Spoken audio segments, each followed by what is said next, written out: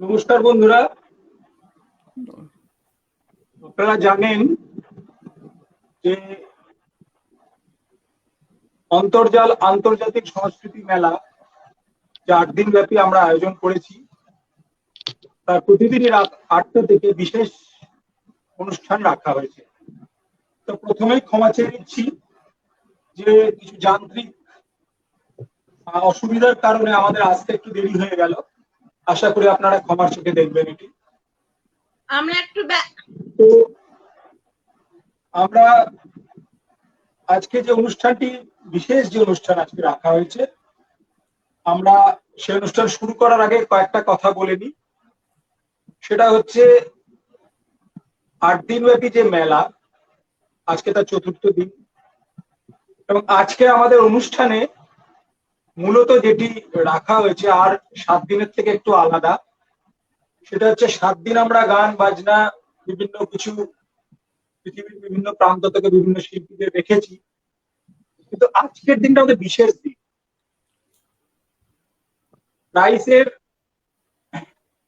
যদি বলেন নথিভুক্ত হওয়া অবস্থা যেটা, সেটা 20 বছর, আর তার আগের যে অবস্থা সেটা ধরলে প্রায় 22 বছরের যে ইতিহাস, যে সময়কাল, সেটা আমরা আজকে একটু কি করব, মানে মনে করবো, একটু আলোচনা করব, গল্প করবো, আপনাদের সঙ্গে শেয়ার করে নেবো। অনেকে প্রাইসে পড়ে এসছেন, তারা জানেন না যে এই যে কর্মকাণ্ড 20-22 বছর ধরে চলছে, কোন মানুষগুলো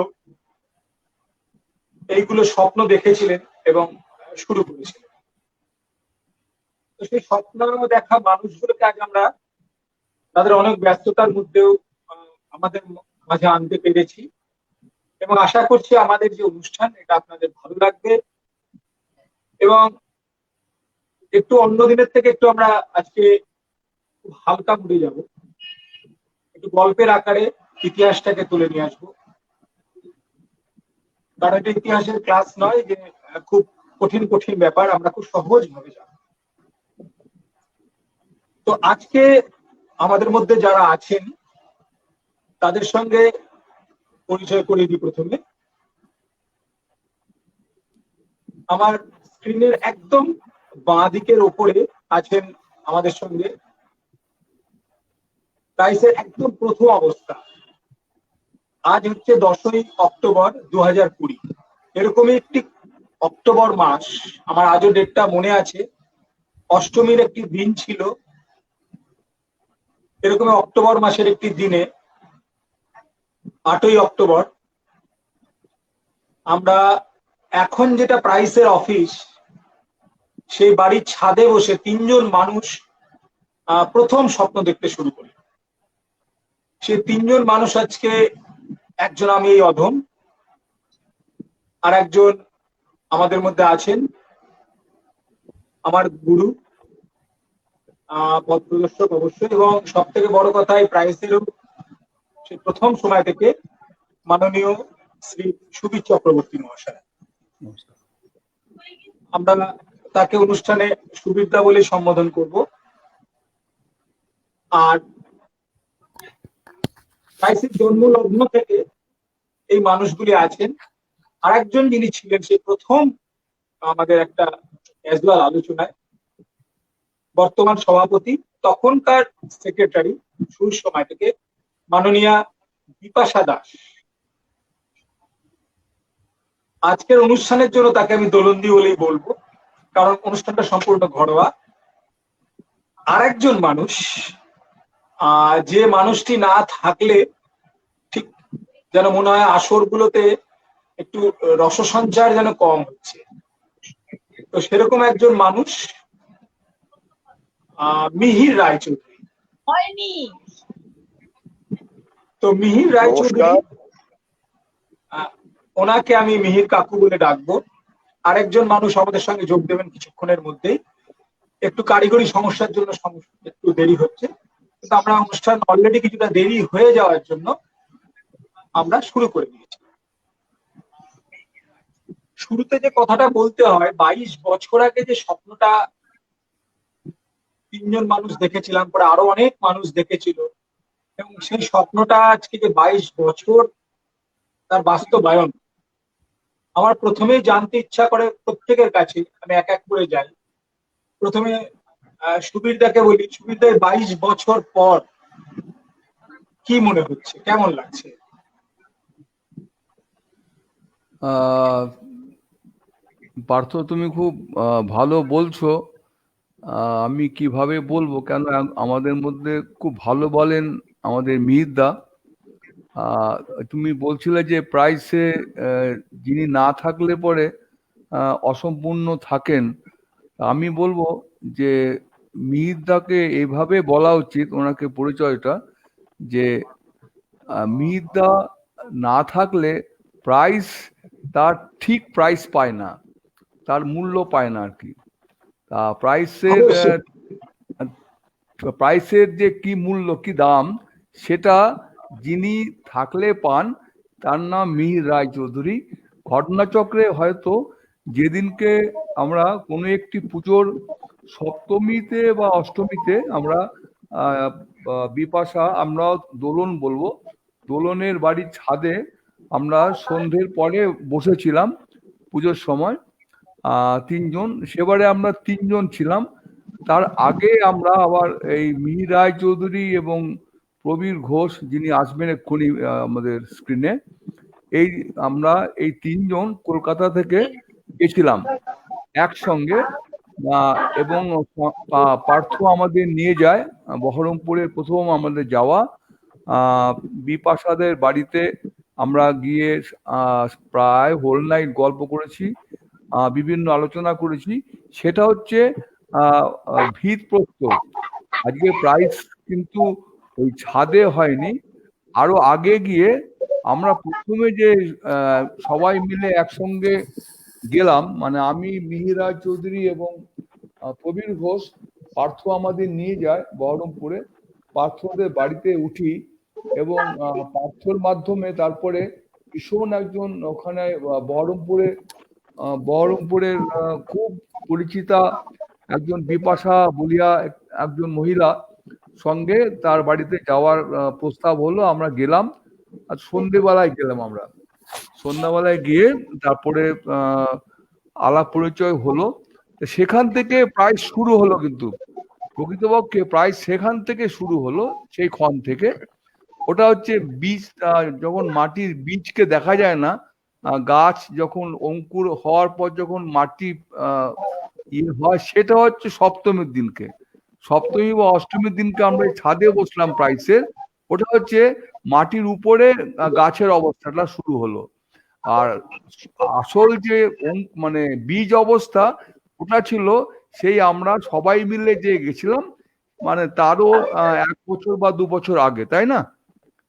আমরা বোধহয় যখন প্রথম যাই তার 1-2 বছর পরে, হ্যাঁ, প্রবীর ঘোষ চলে এসছে। তো এই আমরা এই এই যে হ্যাঁ, কজন আমি আছি একটু আমরা। প্রবীর দর্শকরা, আরেকজন আমাদের আজকের অতিথি যোগ দিয়েছেন, অতিথি বলবো না, আমাদের সাথী প্রবীর ঘোষ। প্রবীর দা, শব্দ শোনা যাচ্ছে তো? একবারে একবারে একবারে বাহ, আমি বেশ ফার্স্ট ক্লাস। কিছুটা শুনতে পাচ্ছি। আপনার শব্দ খুব সুন্দর আসছে। হ্যাঁ সুবীর দা, আমরা যাই। হ্যাঁ, আমি তাহলে ফিনিশ করি। মোটামুটি ভাবে যে আমরা স্ক্রিনে আমাদের যে 5জনকে দেখা যাচ্ছে, মির্জা ভাষায় পঞ্চপাণ্ডব। তা এই 5জন আমরা আজকে থেকে 22 বছর আগে বহরমপুরে মিলিত হয়েছিলাম। এবং সেটা প্রথমে পার্থদের বাড়ি হয়ে দোলনদের বাড়িতে আমরা মিলিত হলাম।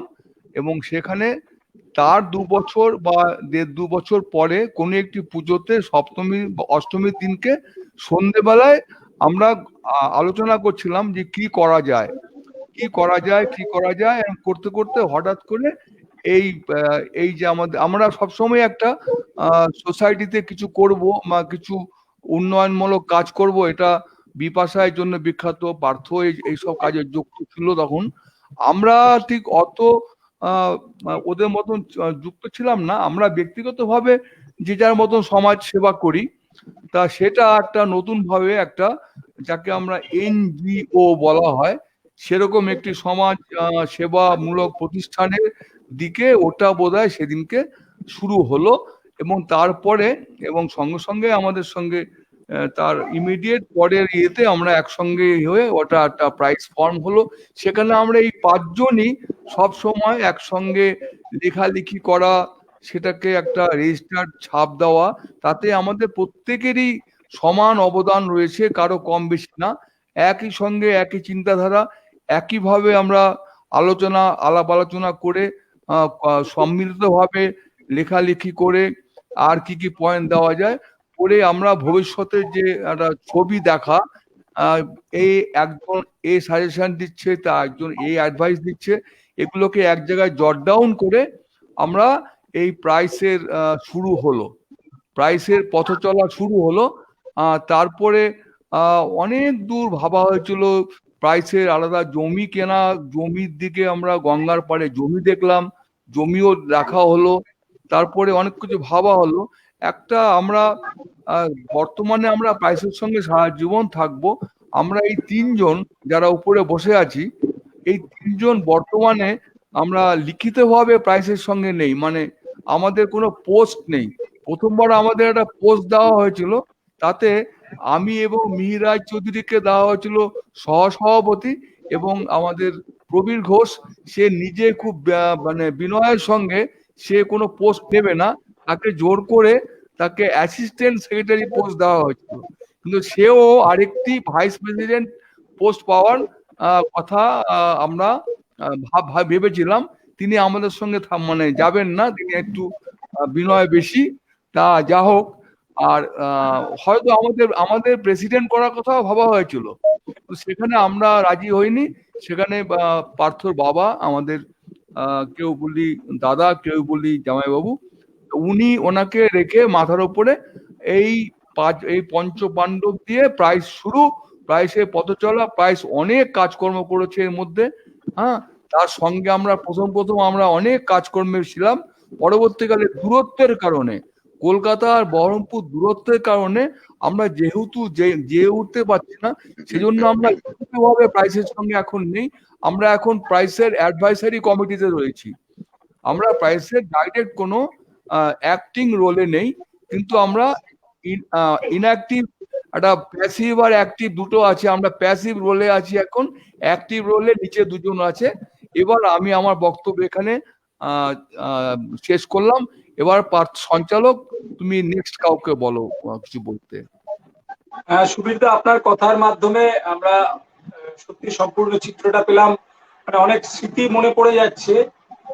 সে একসাথে ট্রেনে করে যেতে যেতে অনেক প্ল্যান প্রোগ্রাম করা, নামকরণ করা, আবার সবাই মিলে বসে লেখালেখি করে সে রেজিস্ট্রেশন করতে যাওয়া, প্রবীরদা সকলে মিলে সে পাইক পাড়ার ওদিকে একটা কারো বাড়িতে সে গিঞ্জি গলিচলি দিয়ে গিয়ে যাওয়া, সবই আস্তে আস্তে মনে পড়ে যাচ্ছে। এবং এই প্রাইসের কাজের পাশাপাশি আমাদের যেটা সব থেকে আনন্দের ছিল, যে আমাদের একসাথে আড্ডা, মাঝে মাঝে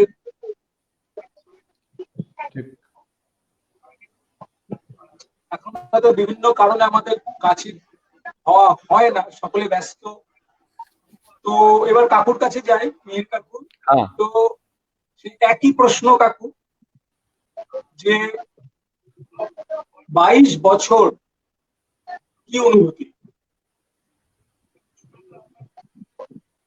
22 বছর সময়টা দুদিক থেকে ভাবতে হবে। এক হচ্ছে খুব অল্প সময়, আবার অনেকটা সময়, দুই দিক দিয়ে ভাবা যায়।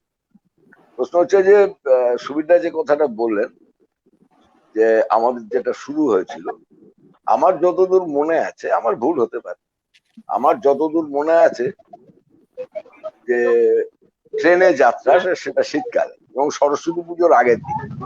সেখানে অনেক কাণ্ডর ব্যাপার, একটু বললে পরে আমার নেহাত খারাপ লাগতো না, বলতে ইচ্ছেও করছে যে সেই সময়টা কি কি অপকম্ম আমরা করেছিলাম। তো যাই হোক, গিয়ে তো পার্থদের বাড়ি ওঠা গিয়েছিল, সেখান থেকে সন্ধ্যাবেলা যাওয়া হয়েছিল আমাদের দোলন দেবীর বাড়িতে। তখন দোলন দেবী বাড়ি ছিলেন না, ওর ছোট বোন লুনা ছিল, বাড়ির মা ছিলেন ওনার। তো সবার সঙ্গে পরিচয় হলো। মুশকিল হলো, যিনি অরিজিনাল লোক, এই বিপাশা দেবী অর্থাৎ দোলন দেবী, তিনি যখন ঢুকেছিলেন, আমি স্বয়ং, আমার মনে আছে, আপনি কে, পরিচয়টা আমি জিজ্ঞাসা করেছিলাম। মোস্ট প্রবাবলি আমার যুদ্ধ মনে আছে। মানে যিনি আমাদের সঙ্গে সর্বক্ষণের সাথী, তাকেই আমি জিজ্ঞেস করছি আপনি কে মশাই, আমাদের ঝামেলার মধ্যে ঢুকে পড়েছেন। যাই হোক, সেদিন বহু আনন্দ হয়েছিল এবং রাত্রিবেলা বহরমপুরের সেই দিনের চাঁদনি রাত ছিল এবং আসার সময় আমরা যে কি হট্টগোল করতে করতে সে রাত তখন প্রায় মধ্যরাত্রি পেরিয়ে গেছে। ঠিক মধ্যরাত্রি পেরিয়ে যাওয়ার পরে আমরা সেই রাস্তা থেকে হই হট্টগোল করতে করতে আবার এই পার্থদের বাড়ি এসেছিলাম। পরের দিন ছিল এবং সেই সময়ই একটা আলোচনা হচ্ছিল, আমরা নিজেরাই একটা ওই যেটা মানে স্বপ্নের বীজ ভিতরে ভিতরে বপন করা। তো পরের দিন একটু ট্যুরিং এর প্রোগ্রাম ছিল এবং একটা দোলনের আবার সরস্বতী পুজো ছিল, আমাদের পলাশী যাত্রার ব্যাপার ছিল। যাই হোক, সেই আমবাগানে গিয়ে আমরা তো একটু সিরাজউদ্দৌলার নাটকটা করলাম। ওসব দেখে নৌকোয় করে মানে কাকু একটি সরস্বতী পুজো বলাতে একটা জিনিস আমরা ভুলতে পারি, মানে আমার সুবিধার সঙ্গে অনেকবার কথা হয় জানি মন্ত্র মন্ত্র মন্ত্র মানে আমাদের বাড়িতে যে ঠাকুর মশাই মোটামুটি এটা সুবিধা ভালো বলতে পারবেন। এই একটা জিনিস। আর আরেকটা জিনিস মনে পড়ে দোলনদির বাড়ি নিয়ে। দোলনদির বাড়ি খেতে গেলে তখন দিদা ছিল, আমরা একজনকে মিস করছি, দিদা। দিদা অসম্ভব ভালো দিদা রান্না করতেন। আর দিদার কাজ ছিল যে যত খাবে সে তত ভালো, যে খেতে পারে না সে ভালো না, মানে তারপর রাত। তো তখন সুবিধা ফুল কোর্সে মানে খেতে, এখনকার সুবিধাকে দেখলে এখন যারা এখন জানে তারা বিশ্বাসই করবে না, কিন্তু আমরা যারা মানে একদম আগে থেকে জানি যে সুবিধা সেই মানে প্রতি ঘন্টায় ঘন্টায় ফুল কোর্সে খাওয়া এবং সব ধরনের জিনিস খাওয়া। তো সেই জন্য তখন আমার দিদার ওই কথাটা মনে আছে যে এই পোলা দুইটা ঠিক আছে, খাইতেই পারে না, কি করতে আইছে। তো এই যে প্রবীর দাকে বলেছিল, প্রবীর দা সবকিছু একটু একটু করে খাবে। তো এই দুটো জিনিস মানে পুরোহিতের মন্ত্র পড়া আর দিদার এই যে খেতে না পারার জন্য রাগ, মানে আমি আর সুবিধা যেহেতু বেশ ফুল কোর্সে খাই, আমরা খুব প্রিয়, আর প্রবীর দা যেহেতু খুব মেপে খায়, প্রবীরদার উপর রাগ। তো আমি যাবো এখান থেকে যে প্রবীর দা এটা কি মনে আছে, মানে কি মনে হচ্ছে প্রবীর দা? মনে হচ্ছে মানে সত্যি কথা বলতে কি দেখতে দেখতে তুমি তো সময়টা মনে রেখেছো ডেটটা, যে এক্স্যাক্টলি আজকে 22 বছর, তাই তো? হ্যাঁ 22 বছর। হ্যাঁ, তা দেখতে দেখতে 22টা বছর আমাদের বয়স বেড়ে গেছে। হ্যাঁ, আর আমাদের গ্রুপের মধ্যে দুজনের বয়স ছাড়া ওজনও বেড়ে গেছে, আমি দেখতে পাচ্ছি। আচ্ছা, কার কার ওজন বেড়েছে? দুজনের। কে কে? আমি সেটা বলবো না। আচ্ছা ঠিক আছে। সেই ছবি যার কথা বলছি তার ওজনে প্রথম অবস্থা থেকেই বেড়ে আছে। এই ভাই ছবি দেখলে বলা যাবে দুজনের ওজন। না না, প্রাইসের সেক্রেটারি যদি একটু ওজনদার না হয় তাহলে তো হয় না। অবশ্যই অবশ্যই অবশ্যই। হ্যাঁ, তো সেই হিসাবে 20 বছরের সেক্রেটারি যদি একটু ওজন টোজন না হয় তাহলে তো মুশকিল। না বটে, আগে তো স্লিম ছিল, আমরা তো প্রথমে যখন দেখেছিলাম, হ্যাঁ একবারে যখন প্রথমে যখন দেখলাম সেক্রেটারি বাড়িতে, তাকে প্রথমে মিহিতা যে প্রসঙ্গটা তুললো না, গল্পটা বললো যে আমরা যখন প্রথমে সেক্রেটারি বাড়িতে যাই তখন তো সেক্রেটারি ছিলেন না, সেক্রেটারি বোন ছিলেন। তারপরে যখন সেক্রেটারি এলেন তখনও তো দেখলাম তখন স্লিম উনি যথেষ্ট। হ্যাঁ, যথেষ্ট ঝরঝরে চেহারা। যাই হোক, এটা কি কোশ্চেন মার্ক ব্র্যাকেটে?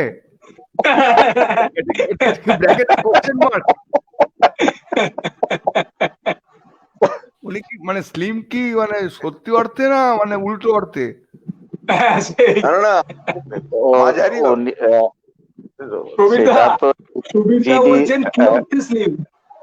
ওই তো সেই অর্থে, প্রকৃত অর্থে স্লিম ছিলেন উনি, ঝরঝরে। পৃথিবীতে আপনি প্রথম দোলনদিকে বললেন যে প্রকৃত অর্থে স্লিম। যাই হোক, আমি তো মাঝে মাঝে কৃপা আছে। না না, আমাদের বিপাশা মানে দোলনের মুখ ঝরঝরে তখনও ছিল, এখনো। এখনো। আর একজনের যে ওজন বেড়েছে সেটা আমি আমাদের স্ক্রিনে আছে। হ্যাঁ, আগের চেহারার সঙ্গে মেলালে ধরা যাবে তার ওজন যথেষ্ট বেড়েছে। গলাটা একই রকম গম্ভীর আছে গলা। হ্যাঁ, জর্জ বিশ্বাসের মতো না? একবারে একবারে জর্জ বিশ্বাস না, জর্জ দা। ও জর্জ দা, আচ্ছা।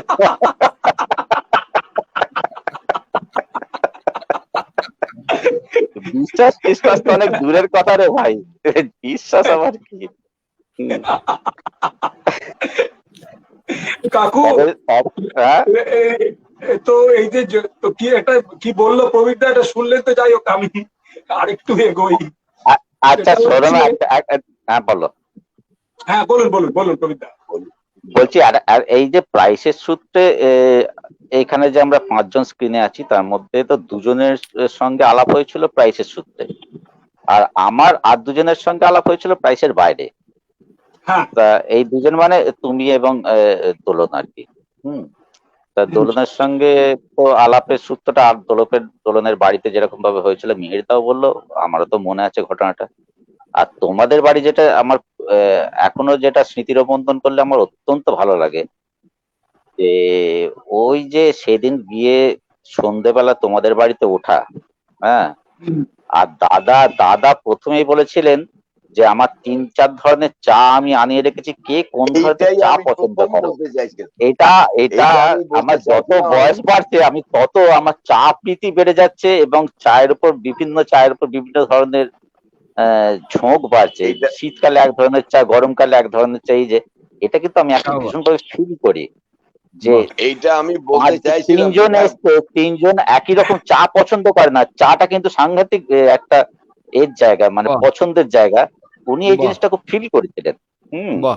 তো এটা এটা আমার কিন্তু এখনো পর্যন্ত খুব মনে আছে। তাছাড়া তোমাদের বাড়িতে আমরা যে কদিন ছিলাম এত এনজয় করেছি, মানে মুহূর্তের মধ্যে নিজেদের বাড়ির মতো হয়ে যাওয়া, বা ঠিক, আমাদেরকে ঠিক। করে নেওয়া। হুম। এই এবং জায়গাটা আমাকে কখনোই আর মনে হয়নি। একটা কথা মনে আছে, বাবা একটা কথা বলেছিল, হুম। মানে এটা যে ওকে নাম জিজ্ঞেস করার বলে 3টেই রমাল, এটা কি মনে আছে? তাই না, এটা আমার ঠিক এটা কিন্তু মনে নেই যদিও। এটা ঠিক ছিল এই কথা বলেছিলেন উনি? সুবিধার মনে আছে, তাই এটা সুবিধা ছিল মনে তাই আছে তো? নাম এটা নাম বলেছিলেন উনি 3টেই নাম রমাল। আমি আবার আচ্ছা। সঙ্গে অ্যাড করে দিয়েছিলাম যে হ্যাঁ, আর দুজন যাই হোক ভদ্র র, আমি হচ্ছে মিহির র। এবং এই র মালটা এসছিল যে সবারই র চা বলাতে, এরকম একটা এই সূত্রে কিছু একটা এসছিল কথাটা, এটা তাই না? কাকু বা আচ্ছা সুবিধা আচ্ছা। মনে আছে, আমার মনে হয়। আরেকটা এটা না, এটা র আরেকটা চা, দারুণ ব্যাপার। আরেকটা হচ্ছে আমাদের প্রত্যেকের নামের শেষ র দিয়ে শেষ, রা, রা, রা, রা, ঠিক, সব ঠিক। মিলে একটা তাৎক্ষণিক একটা একটা অদ্ভুত। অদ্ভুত ব্যাপার হ্যাঁ, হয়ে ওই গেছে। তখন ওটাই ওইটাই। ঠিক। আরেকটা জিনিস হচ্ছে আমি লক্ষ্য করেছিলাম, যেটা আমি একটু স্মৃতিচারণ করি, যে দাদা কিন্তু একটা অসাধারণ ব্যাপার করলেন, যে ওই সময়টা একটা ধরনের চা দিলেন, হট করে আমাকে বললেন যে এর পরের চাটা কিন্তু আপনি এইরকম পছন্দ করবেন আমার ধারণা।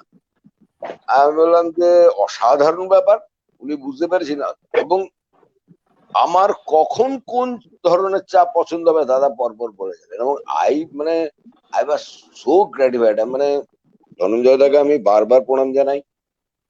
অসাধারণ মানুষ, অসাধারণ মানুষ। যে পরিস্থিতি পরিবেশ দিদি এবং ওরা তৈরি করে রেখেছিলেন, ওই ঘরোয়া পরিবেশ একদম মানে আত্মীয় বলাও বোধহয় ভুল, আমরা সব আত্মীয়র বাড়িতে এতটা ফ্রি হই না যেটা ঠিক, আমরা পার্থদের বাড়িতে হয়েছিলাম। মানে সকালবেলা ওই ইয়েতে যাওয়ার আগে সবার জন্য, আমার পরের দিনের কথা মনে আছে, সবার জন্য এক রকমের টিফিন করা হয়েছিল। ধনঞ্জয় দা কিন্তু একটা কথা বললেন, যে আমাকে আস্তে করে ডেকে বললেন ওই ভাত ভাজা খাবেন, তাহলে আপনি আর আমি খাই। আমি বললাম গ্র্যান্ড আইডিয়া, শীতকালে খাবো না মানে। পরের দিন ভাত ভাজা করা হয়েছিল, দারুণ। মানে তারপরে তো সারাদিন হই হট্টগোল, তারপরে তো সে অনেক ব্যাপার, সে পলাশি থেকে আরম্ভ করে রাত্রিবেলা ফিরে এসে ওই দিনই রাত্রিবেলা আরেক বাড়িতে, বোধহয় মনে থাকবে, পলাশি আর বহরমপুরের মাঝখানে জায়গাটার নাম কি আমি ভুলে যাচ্ছি, ওইখানে আমাদের সারা রাত্রি একটা প্রোগ্রাম হয়েছিল এবং ওই সময় প্রাইস নিয়ে ওটা বোধহয় নামকরণের দেবগ্রাম, ওই একতলা দেবগ্রাম। তেলে ভাজা খেয়েছিলাম যেখানে হ্যাঁ, একতলা তেলে ভাজা খেয়েছিলাম। না হ্যাঁ, আমরা যে রাত বাড়িতে আমরা জাগলাম তো, রাত্রিবেলা রাত যে জাগলাম হোল নাইট প্রোগ্রাম করলাম, মজা ওই করলাম। সন্তোষ দাস শ্বশুর বাড়ি, হ্যাঁ, শ্বশুর আচ্ছা। বাড়ির তরফে কোনো আত্মীয়ের বাড়ি। না, আমার যেটা মনে আছে, এই আমাদের বোধহয় 4 দিনের ট্যুর ছিল। আমরা Yes. বোধহয় 4 দিনের সব মিলিয়ে সকলেই 6-7 ঘন্টার বেশি ঘুমোইনি, মানে অ্যাটলিস্ট না, প্রবীরদাকে ঠেলে তুলতে, প্রবীরদা আবার কোটা পূরণ হতে হবে, কিন্তু সুবীরদা বাকিরা সবাই প্রায় জেগে আনন্দ করে আমরা কাটিয়েছিলাম। আর সুবীরদা যেটা মনে করালো যে সন্তোষ কাকুর শ্বশুর বাড়ি, Right. এইটা আমি একটু সুবীরদাকে বলবো যে সুবীরদা, মানে এই এক্সপিরিয়েন্সটা বলুন। মফস্বলের আপনি গান বাজনার প্রচুর জায়গা ঘুরেছেন, দেশে বিদেশে বিভিন্ন জায়গায়, আমি কাকুও আমি বিভিন্ন জায়গায় আমি গেছেন। আর এই, আমি আর একটা জায়গায় একটু বলবো তোমাদের বাড়ি, তারপরে সুবীরদা একটু আসুক। হ্যাঁ, হ্যাঁ বলুন বলুন বলুন। বলবো কি? হ্যাঁ বলবো। বলো। তোমাদের বাড়িতে হ্যাঁ, যে বলুন, জায়গাটা বলুন। আমার বিশেষ ভালো লেগেছিল, তো একটা জায়গায় দাদার ওই চায়ের ব্যাপারটা তো আমার এখনো মনে আছে। তার সঙ্গে তোমাদের টোটাল ওই আন্তরিকতা, একসঙ্গে থাকা, খাওয়া গাওয়া ইত্যাদি, এই ব্যাপারগুলো দুর্দান্ত এনজয় করেছিলাম। কখনোই মনে হয় না পরের বাড়ি। আর একটা জিনিস তোমাদের বাড়িতে আমার কাছে একটু অন্যরকম লেগেছিল, সেটা হচ্ছে যে এই মিহিরদার সঙ্গে এবং সুবীরদার সঙ্গে আমার আগে থেকেই আলাপ ছিল। তা মিহিরদার সঙ্গে আলাপটা তো আমার চাঁদনি চকের বেঙ্গল গভর্নমেন্টের অফিসে। তা মিহিরদা, 1 মিনিট আমি এটা বলে নিই, মিহিরদা পাশের সিটে বসে থাকতো আমার, আর উঁকি মেরে যখনই দেখতাম কঠিন কঠিন ইংরেজি বই পড়ছে। হ্যাঁ, আমি না ও পাশে ভয়ে তাকাতুম না। হ্যাঁ, আর সেই তারপরে মাঝে মধ্যে তাকালে দেখতুম যে কঠিন কঠিন ইংরেজির মধ্যে আবার ম্যাথামেটিক্যাল ক্যালকুলেশন, সে চালা আরো ভয়ঙ্কর। হ্যাঁ, সে আমি আরো তাকাতুম না ওইদিকে। বুঝেছো তো? একদিন দেখলাম যেটা বাংলা বই পড়ছে, আমার একটু সাহস হলো। হ্যাঁ, তখন আমি প্রিন্স হেনরিক সিগারেট খেতাম, ওই বানিয়ে বানিয়ে পাকিয়ে পাকিয়ে, আর মিহিরদা খেতো বিড়ি। আমি একটা প্রিন্স হেনরিক সিগারেট মিহিরদা কপাল করে বাংলা বই দেখে আমি সাহস করে সামনে গেলাম। দেখলাম যে বঙ্কিমচন্দ্রের কৃষ্ণচরিত, সে আবার সাধারণ বই না, মানে সেই অতি কঠিন বই, কিন্তু কৃষ্ণচরিত। এলো, মিহিরদা কি বই? বললো এটা বঙ্কিম বাবুর কৃষ্ণচরিত। হ্যাঁ, তা এটা এটা আমি দেখছি যে কৃষ্ণ সম্পর্কে আমার একটা ধারণা আছে, আমার একটা অ্যানালিসিস আছে, তার সঙ্গে বঙ্কিম বাবুর অ্যানালিসিসটা মেলে কিনা। এই জন্য আমি কৃষ্ণচরিত।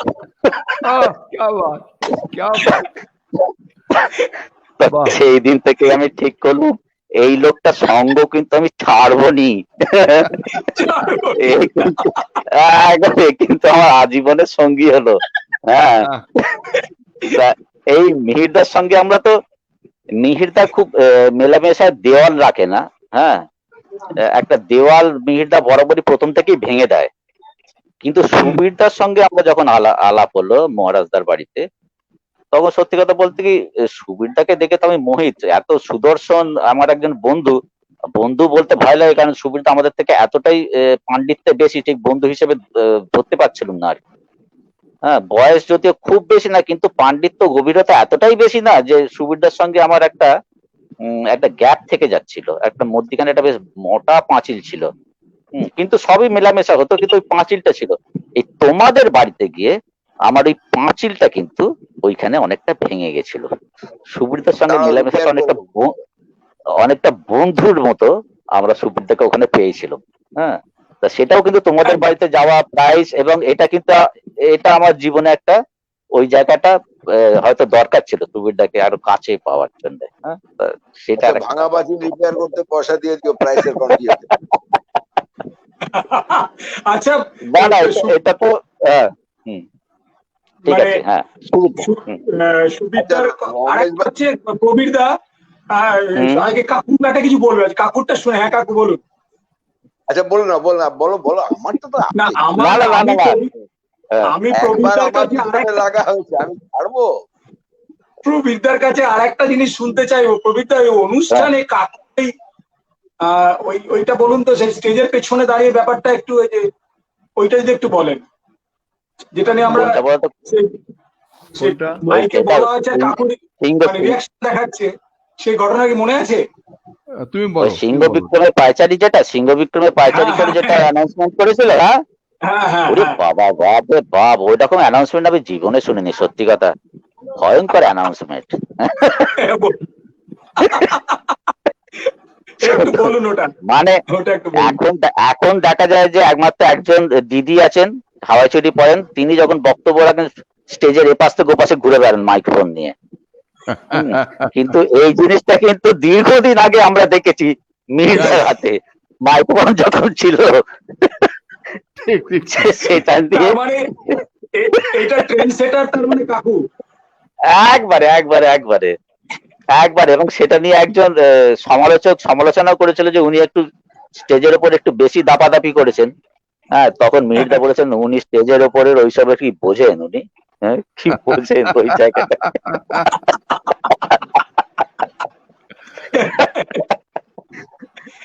এইসব স্মৃতিগুলো কিন্তু প্রাইসকে ঘিরে প্রচুর আছে, ঠিক আছে। Right, right. হয়তো আমাদের আজকে সবকিছু মনে পড়বে না, পরে মনে হবে যে ইস এটা কেন বললুম না, ওটা কেন বললুম না, এরকম একটা হয়ে যাবে। কিন্তু না, আজকের অনুষ্ঠানটা আমি প্ল্যান করেছিলাম এই জন্যই যে অ্যাটলিস্ট আমার মনে হয় আমাদের সকলের খুব আনন্দ লাগছে এবং ভালো লাগছে যে এই ভালো লাগাটা এত একটা খারাপ সময়ের মধ্যে, এই যে আমরা ঠিক, পরস্পর আমাদের প্রত্যেকের খুব আনন্দ লাগছে, আমরা হাসছি প্রাণ খুলে, এটাই ঠিক, ভালো ঠিক, লাগা। ঠিক, তো এর ফাঁকে এবার একটু সুবিধার কাছে যাই। সুবিধা, এটা হচ্ছে ইয়েস, সুবিধা, হ্যাঁ। যে গান বাজনা আপনি যেটা বলছিলাম, মানে বিভিন্ন জায়গায় বিভিন্ন ভাবে দেখেছেন, বিভিন্ন জায়গায় দেশে বিদেশে। তো ওই পলাশির এই যে যেখানে গিয়ে আমরা গান বাজনা সারা রাত্রি করলাম এবং নৌকাতে সেই আমাদের ঘোরার কথা থেকে শুরু করে পুরো বিষয়টা, মানে গোটা ট্যুরটা আমাদের একটা ড্রিম ট্যুরের মতো ছিল একদম।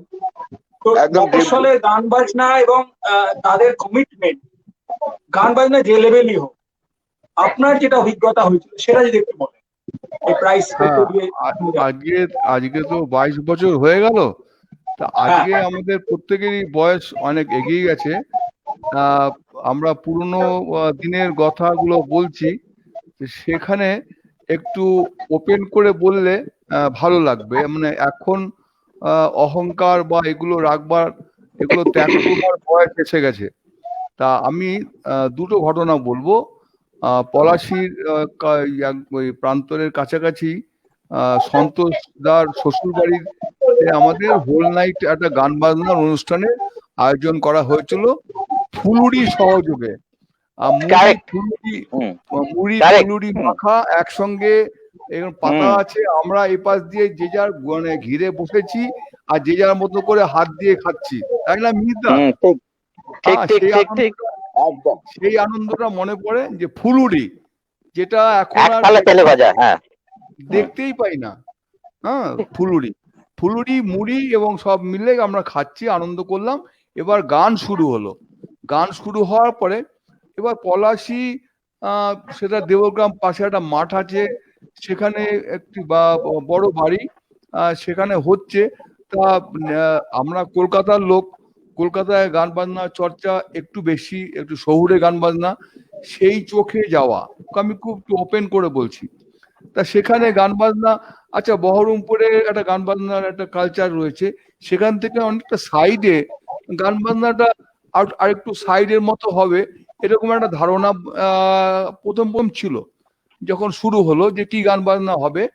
তা শুনলাম আমাদের বিপাশা ও গান শেখে এবং গান করে। বিপাশা গাইবে, পার্থ তখন তবলা বাজায়, তবলা শিখেছে, শেখে, বাজায়, সঙ্গত করে, বাজায়। তা তবলা রয়েছে। আর সন্তোষ বাবু বোধহয় এখন রাইট নাও বোধহয় উই আর মিসিং হিম, না সন্তোষ কাকু গত এই মোটামুটি 1 বছর হলো মারা গেছেন। He is no more, he has gone to the next world. Santosh da আমাদের ছেড়ে চলে গেছেন, ওনাকে আমরা মানে শ্রদ্ধা জানাচ্ছি তার আত্মার প্রতি। সন্তোষদাকে, উনি আমাদের একটা ভালো একটা অনুষ্ঠান আমাদের উপহার দিয়েছিলেন, একটা ভালো রাত্রি উপহার দিয়েছিলেন সন্তোষদা। এবার আয়োজন হয়ে সুন্দর একটা মানে স্টেজের মতন করে সাইডে আর্টিস্টরা বসবে, সামনে অনেক বড় জায়গা নিয়ে আমরা সব বসলাম, গান শুরু হলো। এবার আমি দুটো গায়িকার নাম বলবো। একজন হচ্ছে আমাদের বিপাশা দোলন, সে গান গিয়েছিল, তবলায় যথারীতি সবই পার্থ বাজিয়েছিল, আমরা ছিলাম শ্রোতা। আর আরেকজন ছিল সন্তোষদার, বোধহয় শ্যালিকা হবেন না, বা হ্যাঁ, এগুলো হচ্ছে উনি গান গিয়েছিলেন। আমি ভাবলাম উনি গাইবেন হয়তো সাজে তারকা আমি পথহারা যে এসেছি ভুলে, এই ধরনের কোনো গান, যেরকম ভাবে আমাদের গ্রামে গঞ্জে একটা গানের মাস্টারমশাই 4টে গান শেখায়, সেরকম কোন একটা গান গাইবেন আর কি। আমি সেরকম গান এক্সপেক্ট করে যখন গান ধরলেন, দেখছি একটা ক্লাসিক্যাল, একটা ভালো রাগের উপরে ক্লাসিক্যাল খেয়াল গাইছেন, রীতিমতন খেয়াল গাইছেন। আমরা খুব আশ্চর্য না, মানে আমাদের যে এক্সপেকটেশনকে ছাড়িয়ে অদ্ভুত জায়গায় চলে গেলেন, ব্যাপারটা গেল আর কি। এটা সারা জীবন মনে থাকবে আমার, যে আমি ভেবেছিলাম তিনি একটি রবীন্দ্রসঙ্গীত বা নজরুলগীতি অথবা খুবই পুরোনো কোনো একটা গান গাইবেন, তার মধ্যে 3 বা 4 বার তাল কাটবে, বেসুরো হবে, অনভ্যাসের জন্য এসব হবে, এইসব নিয়ে রাতটা কাটবে। আচ্ছা, এইবার হচ্ছে আমাদের বিপাশা চলে গেল কোথায়? আসছে বিপাশা বোধহয় আসুক। জেঠিমার ওখানে। আচ্ছা, তাহলে বিপাশা, শুনতে পাচ্ছে। না বিপাশা না এলে আমি বলবো না। এর মধ্যে একটু মিহিদাকে আমি মাইক্রোফোনটা হ্যান্ড, যাও চলে এসছে। না, বিপাশা হামাগুড়ি দিয়ে চলে। মায়ের কাছে গেছিলাম, মা ডাকছিল। আচ্ছা, ঠিক আছে, বিপাশা এসে গেছে। এইবার আরেকজন গায়িকা, উনি বিপাশা, সেদিন মানে সেই প্রথম গান শুনবো আর কি। তা আমি ওনার মানে স্লিম চেহারার মানে দেখে আর কি ভেবেছিলাম উনি স্লিম গান গাইবেন আর কি। হ্যাঁ, তা ওনার তখন চেহারাটা এত স্লিম ছিল, আমি ভাবলাম ইনি বেগম আক্তার অথবা এই ধরনের কোনো রেবা মুহুরী, এই ধরনের কোনো গায়িকা আর কি। হ্যাঁ, পার্থ তবলা বাজাবে। ওনার ভাব ভঙ্গি দেখে আমি না ভয় পেয়ে গেছিলাম, রীতিমতো বলছি, আজ ওপেন ইয়ে করে বলছি, যে উনি খুব বড় গায়িকা। কেন, আর ওনাকে ভেবেছিলাম উনি সাধারণ গায়িকা। উনি তো আমাকে মানে হারিয়ে দিলেন, আমার মানে ধারণাকে হারিয়ে দিলেন, আমি হেরে গেলাম। এইবার আসছে মানে শ্রেষ্ঠ চমক। এবার উনি গাইবেন। পার্থ হঠাৎ করে বলল, সুজিতদা আপনি তবলাটা বাজান। আর যখন বললো যে আপনি তবলাটা বাজান, আমি ভাবলাম উনি নিশ্চয়ই বা বেগম আক্তার টাইপের কোনো গায়িকা। সে পার্থ যখন জায়গা ছেড়ে দিল আমাকে, আমি ভাবলাম যে উনি কি গাইবেন। আমরা তবলা বাদকরা যখন আননোন তবলা কোনো গায়ক গায়িকার সঙ্গে বসি, তখন তাকে আমরা প্রথমে অনেক উপরের লেভেল দিয়ে দিই। আচ্ছা, উনি কি ঝুমরা গাইবেন, খেয়াল গাইবেন, নাকি ঠুমরি গাইবেন, ঠুমরিটা আবার কোন তালে, সেটা কি জট ধরবো নাকি মধ্যমান ধরবো না কি ধরবো, নানা রকম একসঙ্গে ওই 1 সেকেন্ডের মধ্যে আমরা 20খানা ভেবে ফেলি। এবং ওনার প্রথম লাইন দেখে আমরা আইডিয়া করে আর আর যদি কেউ খাতা দেখে গান গায় আমাদের সুবিধা হয়, কারণ খাতার মাথায় লেখা থাকে তাল কাহার বা, সঙ্গে সঙ্গে দেখিনি কাহার বা দেখে কাহার বা বাজাই। এ হচ্ছে তবলা বাদকদের ইতিহাস। তা আমি সেই অর্থে তবলা বাদক ছিলাম না, আমি ওনার চেহারা স্লিম ব্যাপারটা দেখে ভাবলাম যে উনি খুব ভারী গান গাইবেন। তা নিশ্চয়ই খুব ভারী তাল হবে, এবং তালটা খুব ধরতে দেব না, মানে একটু খেলিয়ে মানে মুখ দেবে আর কি। উনি না খুব খেলিয়ে মুখ দিয়েছিলেন, এবং পার্থ বসে আছে এখানে, পার্থ নিশ্চয়ই মনে আছে, উনি এমন খেলিয়ে মুখ দিয়েছিলেন, আমি তাল ধরতে পারিনি। আমি সুবীর চক্রবর্তী তবলা জানি, আমি একটা জিনিস জিজ্ঞেস করবো। বলো। বলছি আমার না ওই দোলনদির ওই গানটা মনে নেই, সত্যি কথা বলতে। কি গান গেছিলেন উনি? কি কীর্তন গেয়েছিলেন? কীর্তন পার্থর মার কাছ থেকে গানটা শিখেছি। পার্থর মার কাছ থেকে, পার্থর মার কাছে যখন গান শিখতেন প্রথম দিকে, ওই সময়কার কোন গান শেখা গান, এবং এই গানটি ও খুব ভালো গায়। পরবর্তীকালে আমি জেনেছি, এবং পরবর্তী গানটা আমার অল্প জানা, মানে সেবারে গিয়ে গানটা আমার বহু আগে শোনা গান, ওটা আবার নতুন করে শুনলাম। তা ও যখন গান ধরলো, ও তাল ছাড়া গান ধরলো, বুঝলে? এবার ও তাল বাবা, ছাড়া সেটা সাংঘাতিক। গান আমির খান সাহেব ওরকম মুখ ধরতেন, হুম। এবং মুখ ধরার পরে ওটা ঝুমরা হবে না একতাল হবে, তবলাবাদকের ঘাম ছুটে যেত। আমার সেদিনকে তখন শীতকাল কম বেশি ছিল বোধহয়, কারণ সরস্বতী আগের দিনকে আমার ঘাম না ঝরলেও ঘাম আসতে শুরু করলো আর কি। হ্যাঁ, আমি প্রথম লাইনটা উনি ওটা গাইলেন, বড় 10 তাল ছিল। রাইট, খোলের, এই 10 তাল হচ্ছে খোলের তাল। তা উনি ধরলেন, আমি ফার্স্ট লাইনটা তবলা ধরলাম না। তো এবার ধরলাম না, উনি কিন্তু আর গানটাকে রিপিট লাইন করলেন না, উনি গানটা গেয়ে যাচ্ছেন। আমি আরো সমস্যায় পড়লাম, যে যারা শ্রোতা আছে তার মধ্যে একজন তবলা বাদক পার্থ রয়েছে। পার্থ পরে আমার কাছে তবলা সম্পর্কে আইডিয়াস নিয়েছে, তো তখন তো পার্থ আমার কাছে নতুন, মানে পার্থ আমার সঙ্গে ঠেকা প্র্যাকটিস করে। হ্যাঁ, পার্থ তাকিয়ে আছে আমার দিকে, সুবিধা তো এই ইজি তারটা ধরতে পারছে না।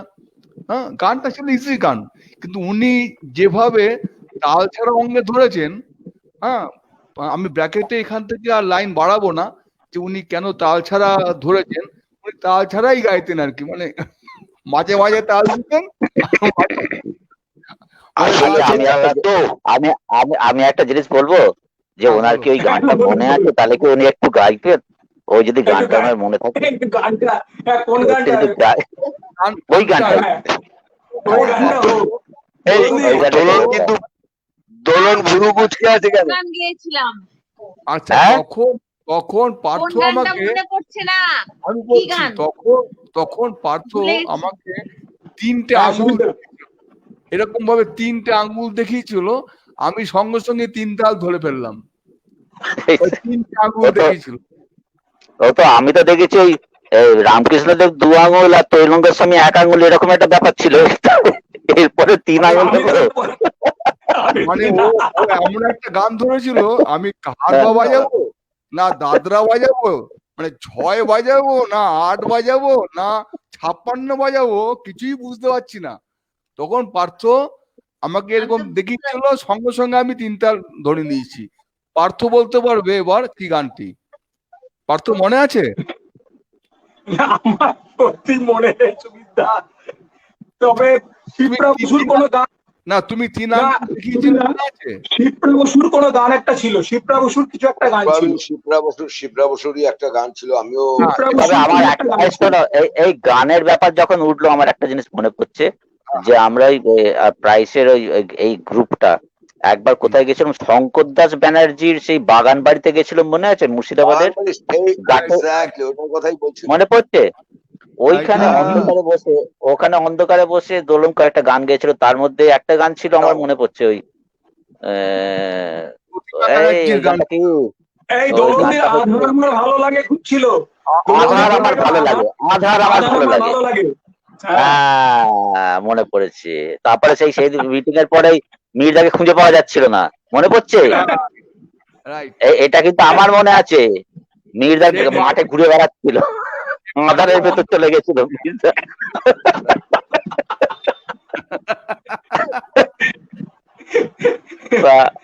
অন্তত ওই গানটা একটু হবে নাকি? আধারটা আমার ভালো লাগে, হবে দোলন্দি একটু আধার আমার ভালো লাগে। আগে কোন গানটা গেয়েছিলাম বলুক, মনে পড়ছে না, সুবিধাকে জিজ্ঞাসা করছি কোন গানটা গেয়েছিলাম প্রথমে। না আমার তুমি শিপ্রা বসুর কোন একটা গান, না 3 দেখিয়েছিল, আমি 16 মাত্রার জায়গায় কখনো 17 পাচ্ছিলাম, কখনো 14 পাচ্ছিলাম। আমি সেজন্য আমি আদৌ গানটার কথা মনে পড়ছে না তো। আমি তোমাকে একজন বড় গায়িকা মনে করে আমি ভাবছি তুমি আরে গাইছো এবং অন্য তালে গাইছো, সেজন্য একবার 15 পাচ্ছি, একবার 16 পাচ্ছি, একবার 14 পাচ্ছি। তো পার্থ আমাকে এই দেখানোর পরে আমি 3 তাল কনফার্ম হলাম। আমি তোমার গান থেকে আমি বুঝতেই পারিনি তুমি এত ভঙ্গে গাইছিলে। এটা তোমার না কি গানটা ছিল, গানটা কি ছিল? না আমার যেমন হচ্ছে অন্য কোনো তপল ছিল, বাপের নাম ভুলে যেত, সে গান কি করে মনে থাকবে?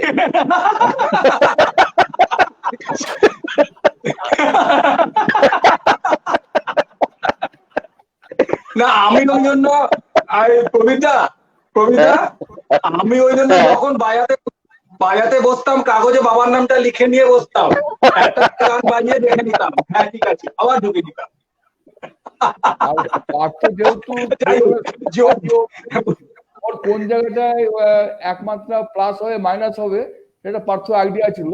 তো পার্থ বই আমার অবস্থা ফার্স্ট লাইনটা দেখে বুঝতে পেরেছে সুবিধা গাড্ডায় পড়েছে, ও পার্থ 3 দেখিয়ে দিল। ওটা আমার পূর্ব অভিজ্ঞতা থেকে। আচ্ছা দোলনদি, আধার আমার ভালো লাগে না তো হতেই পারে, আধার আমার ভালো লাগে।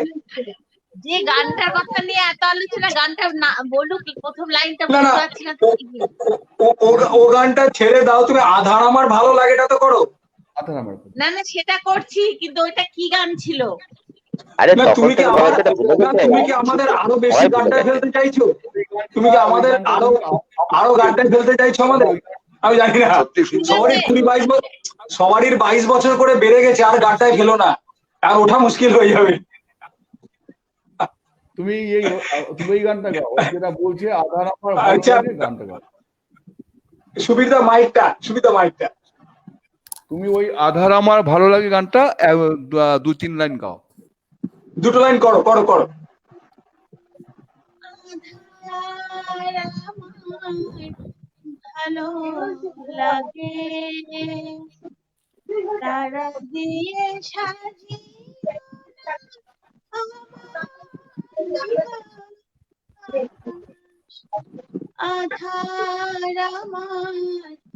ভালো লাগে, তারা দিয়ে সাজিয়ে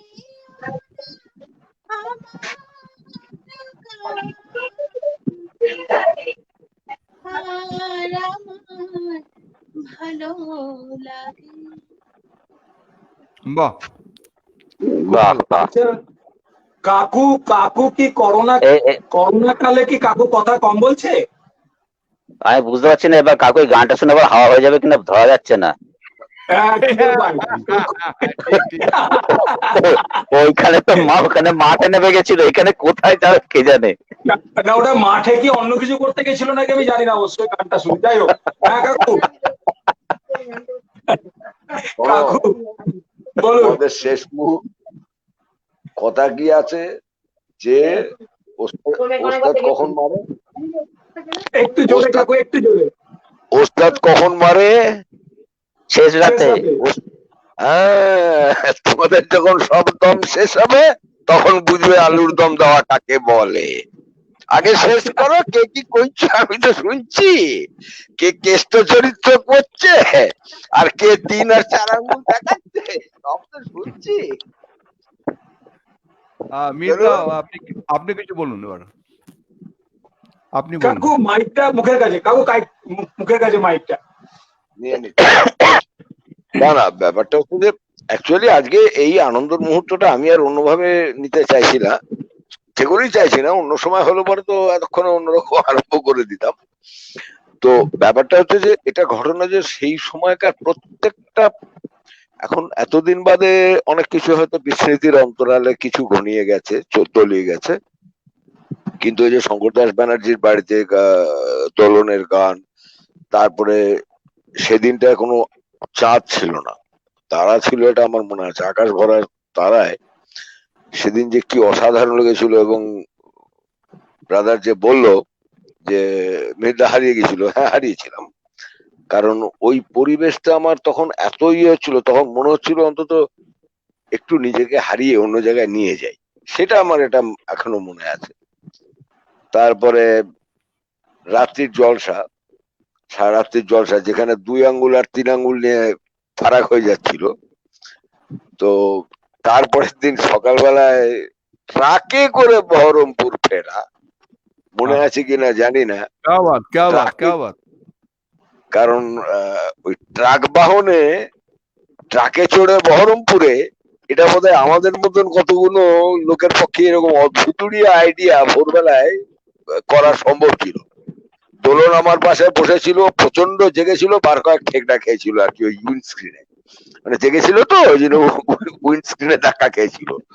তো যাই হোক, আহ, এমনি এখন তারপরে তো আর ব্রাদার বলছিল যে দোলন তখন স্লিম ছিল, আর আমি ওই কে জানি বলেছিল আমি স্টেজের উপর বড় ইয়ে করছিলাম। অ্যাকচুয়ালি স্টেজ ম্যানেজমেন্টটা বুঝতে, সেটাও শিখতে হয়, এটাও ঘটনা, কিন্তু আমার ওটার পিছনে একটা আলাদা কারণ ছিল। সেটা হচ্ছে আলটিমেটলি স্টেজে যারা উঠবেন তারা সবাই স্লিম। আমি স্টেজটাকে জাস্ট দেখে নিচ্ছিলাম ভাঙে কিনা, কারণ আমার পরে যে না, অনুষ্ঠানগুলো ছিল হ্যাঁ, সেই অনুষ্ঠানগুলোতে স্টেজ ভেঙে যাওয়ার একটা সম্ভাবনা ছিল, সেইটা আমি একটু টেস্ট করে দেখে নিচ্ছিলাম তারপরে যে হয় কিনা, মানে ভাঙে কিনা। আর ব্রাদার তো চিরকালই চুপি সারে থাকতো, না ওকে আর কি বলবো, ও কিছুই বোঝে না, কি যে ভাজা মাছ উল্টো, মানে ওর বাড়িতে বেড়াল উল্টো দিকের মাছটা খায়, এটা বোধহয় এখনকার ওর স্বভাব আছে। ও কিছু একটা দিক খায় তো আর একটা দিক বেড়ালে খায়, ভালো মানুষ। যাই হোক, সেই সময় যেটা একটা জিনিস যেটা ব্রাদার বললো, পাঁচিল ভাঙার ব্যাপারটা, মানে ওয়াল ভাঙার ব্যাপারটা, সেটা সত্যি হয়েছিল। আর আমার দিক থেকে একটা কথা বলতে পারি, আমি কোথাও দেয়াল বিশেষ রাখি না, আমি ফাটি। এটা এটা সব জায়গাতেই। আচ্ছা, মাঝখানে কোথাও একটা সাউন্ড হচ্ছে, কোথাও একটা ডিস্টারবেন্স হচ্ছে। না, দোলনদির মাইকটা মিউট করে দিতে হবে। দোলনদির মাইকটা একটু মিউট করে দে। হ্যাঁ, বলুন বলুন। কারোর কথাবার্তা গুলো, হ্যাঁ।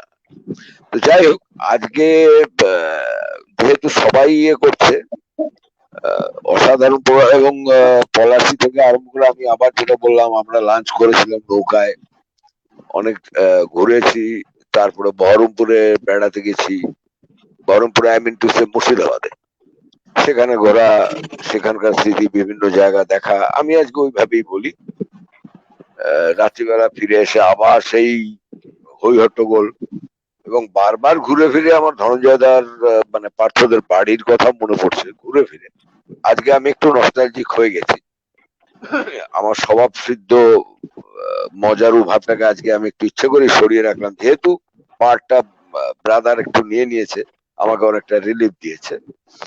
তা এই জায়গাটা আমি কিন্তু একটু নস্টালজিক হয়ে যাচ্ছে, অনেকদিনের কথা তো, ফিরে দেখা লেখা আছে, ফিরে দেখতে গিয়ে এত কিছু দেখতে পাচ্ছি, সেগুলো যে স্মৃতির কোন কোঠায়, মানে কোনায় যে কি সযত্নে লুকানো যায়, মানে এটা যদি আজকে এইভাবে অ্যারেঞ্জমেন্ট না হতো, হয়তো কোনোদিন প্রকাশও করতে পারতাম না সেদিনকার সেই ফিলিংস। সুবীরদা যেমন বললেন, সন্তোষবাবু শ্বশুর মশাইয়ের বাড়িতে যে অসাধারণ ফুলুরি সহযোগে মুড়ি দিয়ে, আর সেখানে কে যে আপন, কে যে পর, কে যে শিল্পী, কে যে না শিল্পী, মানে এ তো কিছু বলে বোঝানো যাবে না।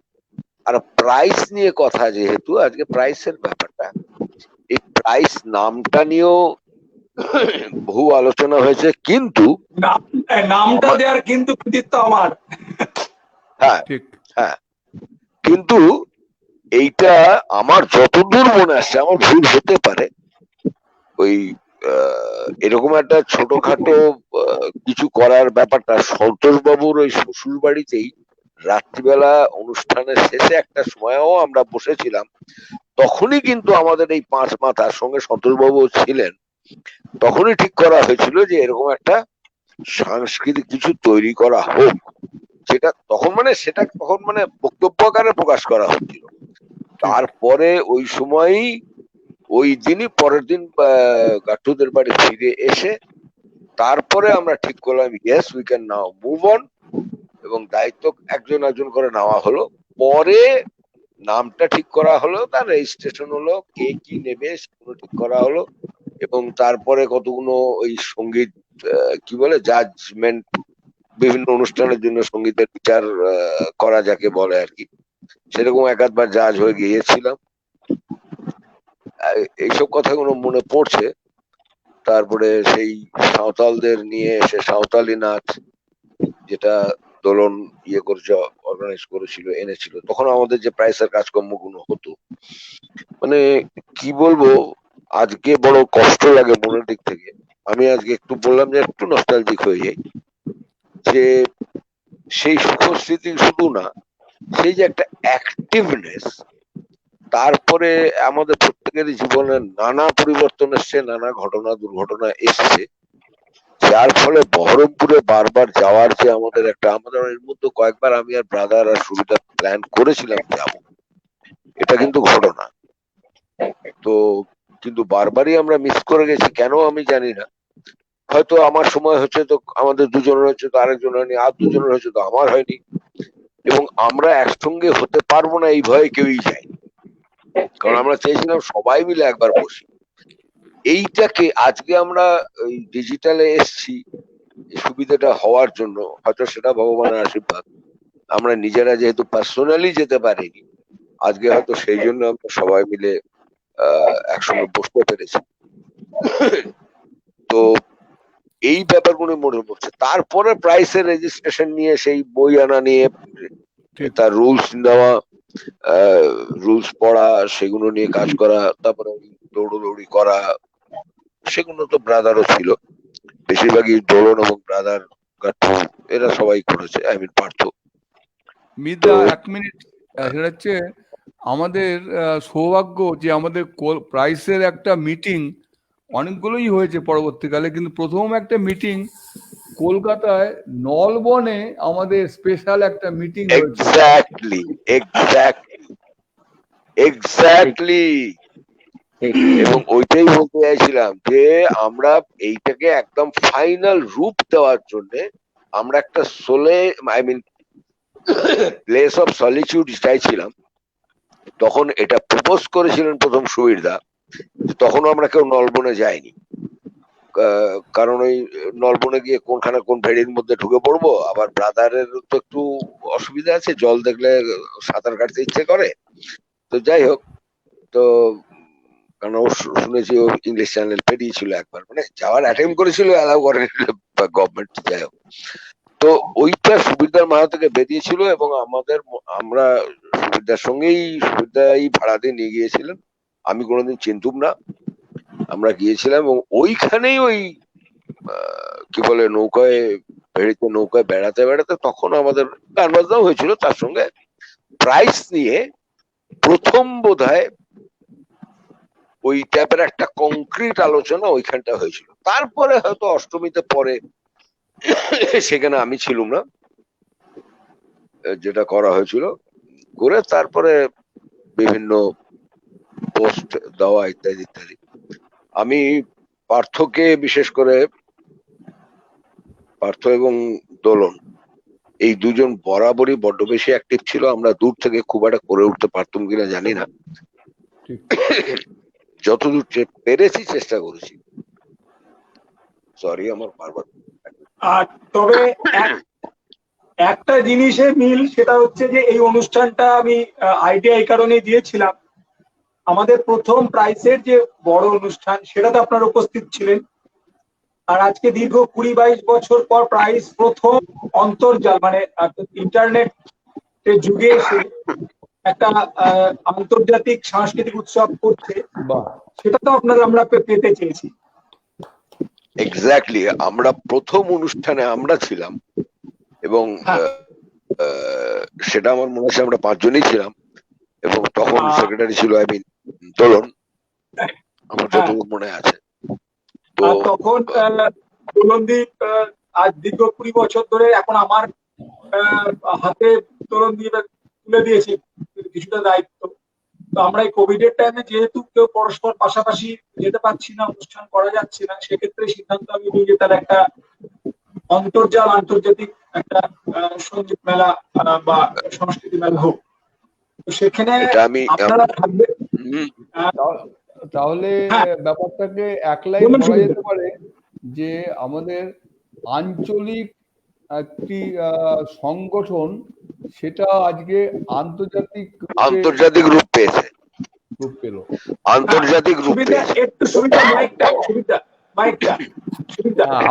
আমাদের ওটা শুরু হয়েছিল আঞ্চলিক হিসেবে, আজকে 22 বছর পরে আন্তর্জাতিক জায়গায় আমরা পৌঁছে গেলাম। এটা একটা এবং বিশাল সেটাও আশ্চর্য ব্যাপার। ডিজিটাল প্ল্যাটফর্মটা থাকার দরুন সেটা অনেক বেশি সুবিধা হয়েছে। এবং Right. আমি মনে করি আজকে আমার এটা ভীষণ সৌভাগ্য যে এত বছর বাদে 5 জন একসঙ্গে বসছি, একসঙ্গে সবাই সবার মুখ দেখতে পাচ্ছে, সবাই সবার কথা শুনতে এটা পাচ্ছে, একটা দারুণ ব্যাপার। এনজয় করতে। এটা একটা অসাধারণ ব্যাপার। এবং এই আইডিয়াটা তৈরি করে আজকে 20 বছর পূর্তি উপলক্ষে প্রাইসের মানে অফিসিয়ালি উপলক্ষে এই জায়গাটা আসার জন্য আমি পার্থকে মানে আমার আদরের গাট্টুকে, যদি লোকে এই নামটা জেনে থাকে, আমি কি বলবো, আমি অসংখ্য প্রাণ থেকে আশীর্বাদ করছি তাকে। আমার হ্যাটস অফ, তাকে আমার প্রচুর স্যালিউট। যে আমি সত্যি কৃতজ্ঞ যে আমাদেরকে এইভাবে এইখানে আনার জন্য। Hats off to his endeavours. ঠিক এবং ঠিক ঠিক। দোলনকে আমি কি বলবো, দোলন তো আমার যতদূর ধারণা, আমি এটা অন্যভাবে নেবেন না কেউ, দোলন ছিল আমাদের একটা জাস্ট যাকে ঘিরে ওই সেই লোকে একটা স্ট্যাচু পিলারের মতো। মানে আমরা বহরমপুর বলতে ধনঞ্জয়দার বাড়ি, কিন্তু আমাদের সেন্টার অফ অ্যাট্রাকশন অর্থাৎ সেক্রেটারি হিসেবে, কারণ আমরা সবসময় ওর অ্যাক্টিভিটিসটাকে, ওর কোনো না কোনো ইয়েটাকে আমরা সবসময় ফলো করতাম। আমরা বয়স যে যারই হোক না কেন। আর শ্রীমতী দোলন বালা দেবী তিনি এক এক সময় এক একটা এমন ভেলকি লাগাতেন মাঝে মধ্যে আমরা চমকে যেতাম। এটা আমার অন্তত মনে আছে।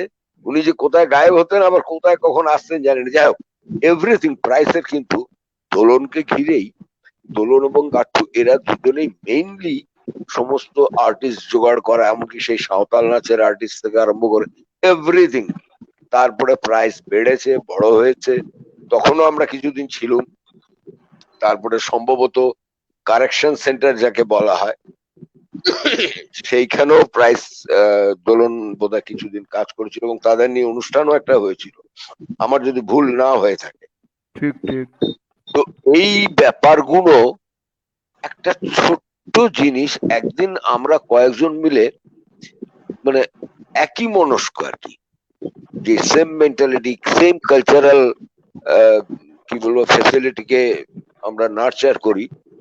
আমাদের যেটা মনে হয়েছিল সেটা যে এই রূপ নেবে একদিন, এটা আমিও বোধহয় স্বপ্নে তখনও কল্পনা করিনি।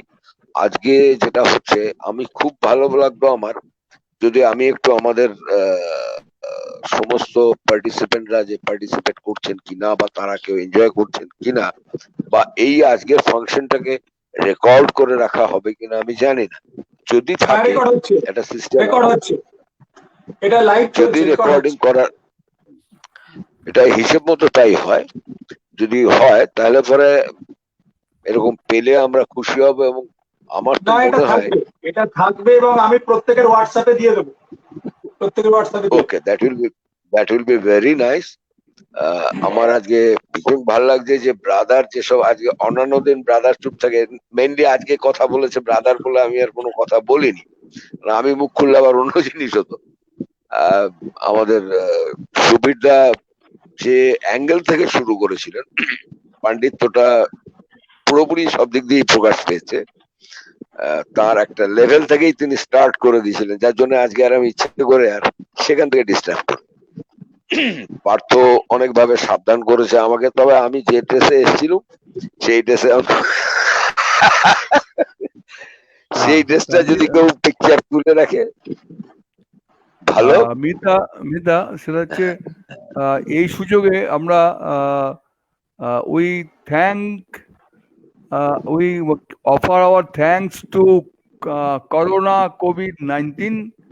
তার জন্যই এই ব্যাপারটা হয়েছে 1 নম্বর। আর নাম্বার 2 হচ্ছে এই সুযোগে আমরা প্রাইসের বর্তমান কর্তৃপক্ষ এবং যারা সদস্যা এবং যারা পৃষ্ঠপোষক মন্ডলী প্রত্যেককে আমরা আমাদের তরফ থেকে, আপনি এবার বলুন, আমাদের তরফ থেকে শুভেচ্ছা, ভালোবাসা, আন্তরিক শুভেচ্ছা শ্রদ্ধা সমস্ত জানাচ্ছি।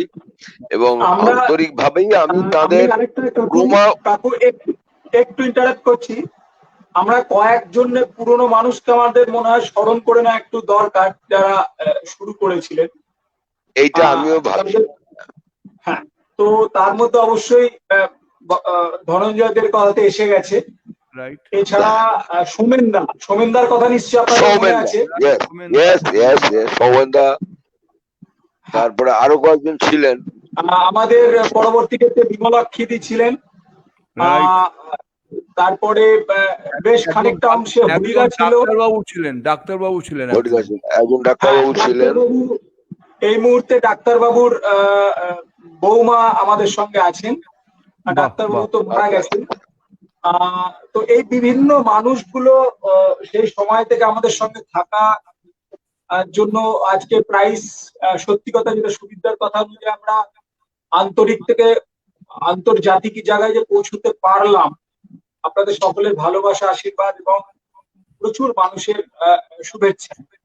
এবং আপনারা শুনলে খুশি হবেন যে আমরা 5টা মহাদেশের থেকে আর্টিস্ট আমরা এনেছি, এবং তারা যে 3 দিন করেছেন, 3 দিন যে অসম্ভব ভালো অনুষ্ঠান হয়েছে। আগামী 3 দিন আরো 4 দিন আছে, এবং আশা করবো সেই অনুষ্ঠানগুলো ভালো হবে। এবং এই আন্তর্জাতিক সাংস্কৃতিক মেলাতে প্রায় শতাধিক 100-ও বেশি আমাদের শিল্পী পশ্চিমবঙ্গের বিভিন্ন প্রান্ত থেকে তারা অনুষ্ঠান করছেন, এবং অবশ্য বিশেষ চাহিদা সম্পন্ন যেসব শিল্পী তারাও আছে। হয়তো অনেক খামতি, অনেক সীমাবদ্ধতা আমাদের আছে, স্বাভাবিক সেটা, কারণ অনেকটাই এক হাতে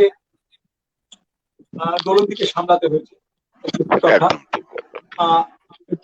আমরা চেষ্টা করেছি, আমিও যেহেতু দীর্ঘ 24 বছর কলকাতাবাসী, তাহলে কখনো দাবি করতে পারি না যে আমি অন্তত শারীরিক ভাবে কাজের খুব বেশি থাকতে পেরেছি। হয়তো যোগাযোগ কিছু অন্যভাবে করা সেটা করতে করেছি, যখনই যাই তখনই করেছি।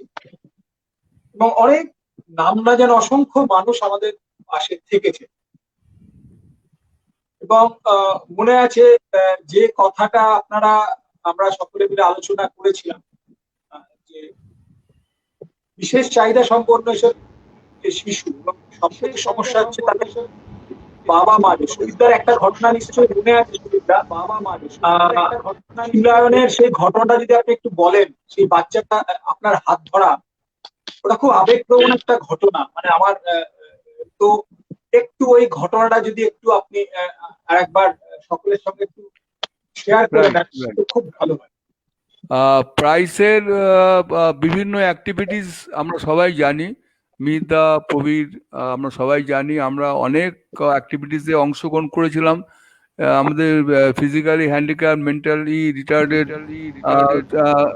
এরকম সহ প্লাস মিতা একটু আগে বললেন যে কারেকশন সেন্টারে আমাদের আচ্ছা, তারপরে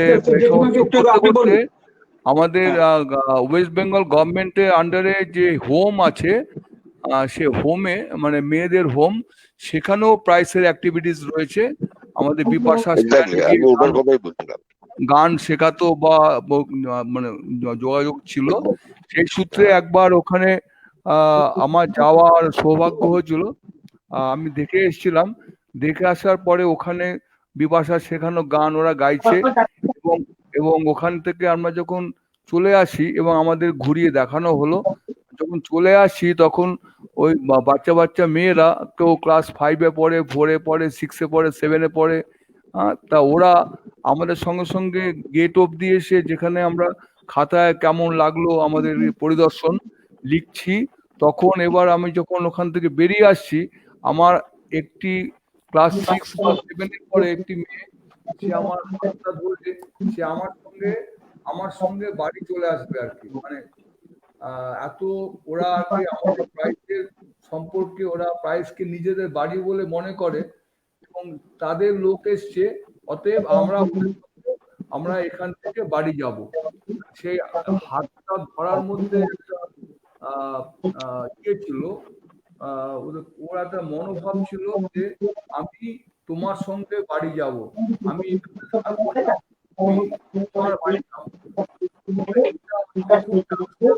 এবং তখন আমি খুব মানসিকভাবে ভীষণভাবে অন্যরকম অবস্থা, যে সবকটা মেয়ের যা মানে মানসিকতা, সেটা ওই মেয়েটির মাধ্যমে আমি পেয়ে গেলাম, যে ওরা ওখানে আছে একটা বন্ধু জীবন টাইপের যাপন করছে, ওরাও এরকম আমাদের মতো, মানে আমাদের সঙ্গে থাকতে চাইছে আর কি।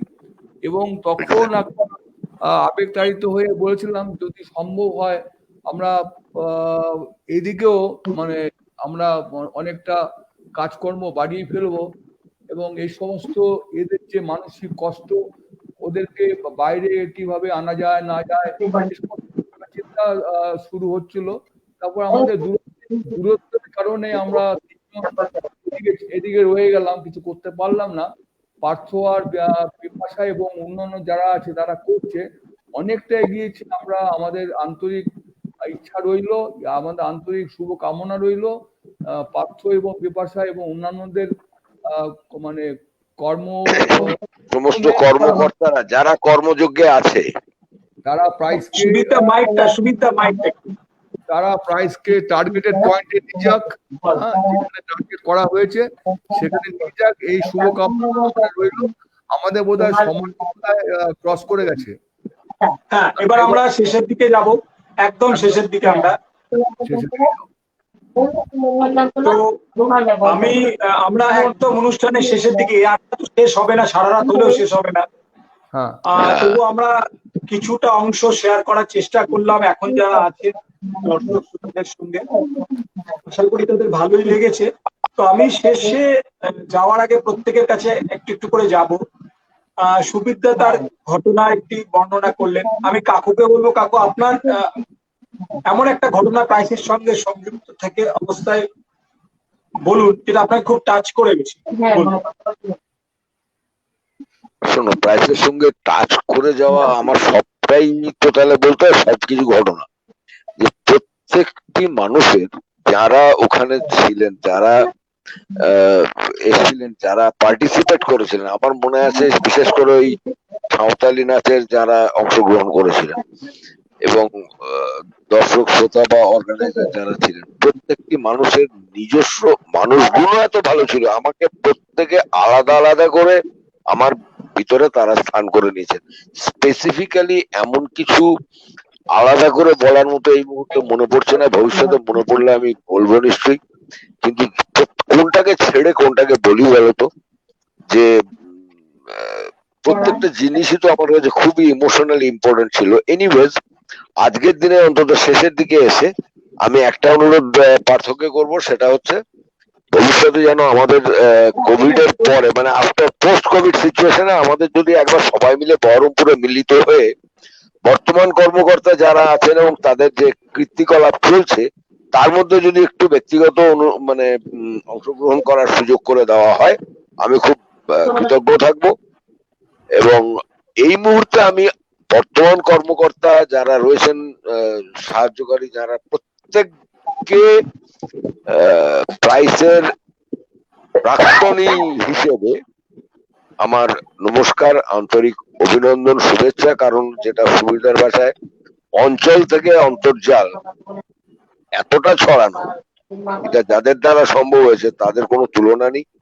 পার্থ এবং বিপাশাকে, এই দুজনকে আমি স্পেসিফিক্যালি আরেকবারও বলেছি, বিপাশার তো কোনো তুলনা নেই। সে চরকিবাজির মতো ঘুরে সমস্ত কিছু অর্গানাইজ করা, ওইখানে বসে বহরমপুরে বসে, এবং বড় বড় ফাংশন অর্গানাইজ করা।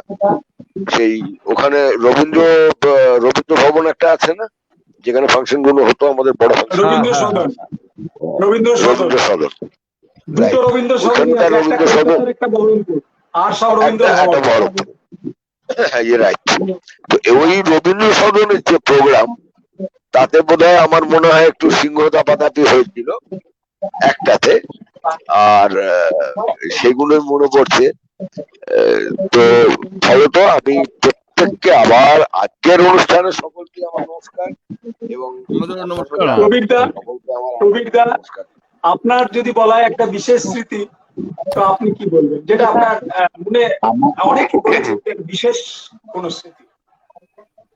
আমার কিন্তু অনুষ্ঠানের বিশেষ স্মৃতির থেকে আমার যেটা পুরোটা ঘিরে যেটা স্মৃতি, সেটা হচ্ছে যে তোমাদের বাড়িতে বা বহরমপুরে প্রথমবারে গিয়ে আমরা যে আনন্দটা করেছিলাম, সেই আনন্দের স্মৃতিটা আমার কাছে কিন্তু একটা সাংঘাতিক ভাবে এখনো পর্যন্ত হন্ট করে। এবং আমার ইচ্ছে যে যে আজ 22 বছর বাদেও কিন্তু ওই যাদেরকে ঘিরে আনন্দ হয়েছিল আমাদের, তারা কিন্তু প্রত্যেকেই আছেন এখনো। থাকতে থাকতে আরেকবার হলে মন্দ হতো না। থাকতে থাকতে আর একবার অন্তত যাতে হয়, আমি এই অনুরোধটা প্রত্যেকের কাছে করবো এটাই আমি যে আর একবার বহরমপুরে গিয়ে আমরা আর একটু হই হই করি। আমাদের বয়সটা বেড়ে গেছে 22 বছর, ঠিক আছে, বয়স একটু কমিয়ে নেবো ওইখানে। হ্যাঁ, অবশ্যই একমাত্র দিদা ছাড়া প্রত্যেকে আছেন। হ্যাঁ, আমরা আর একবার তোরণের বাড়ি থেকে রাত্রিবেলা ওরকম গান করতে করতে হই হট্টগোল করতে একবারে এই অনুরোধটা রইল প্রত্যেকের কাছে। আমরা এই কোভিডের সময় কেটে গেলে অবশ্যই আমরা আরেকবার চেষ্টা করব সকলে যাতে একসাথে যেতে পারি। ঠিক, আমরা একসাথে যেতে পারি, মিলিত হতে পারি। সুবিধার সঙ্গে অনেকবার কথা হয়েছে, কাকুর সঙ্গে কথা হয়েছে, আপনার সঙ্গে কথা হয়েছে। তো দোলনদিকে আসি। তো দোলনদি 20-22 বছরের একটা সংস্থাকে লালন করে তার শৈশব অবস্থা থেকে তাকে সাবালক করে 18 হয়ে গেলে আমরা বলি সাবালক, তো 20 যখন অবশ্যই সাবালক। তো একটা সন্তানকে যেমন শৈশব থেকে সাবালক করতে একটা অন্যরকম অনুভূতি হয়, তো এটা তো আমাদের সন্তানের মতোই। তোমার 20 বছর অনুভূতিটা কি ছোট্ট?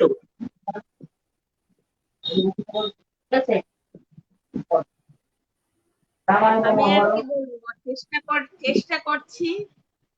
আমার একক প্রচেষ্টায় কোনো কাজ সম্ভব না, সকলের সহযোগিতা নিয়েই চলেছি।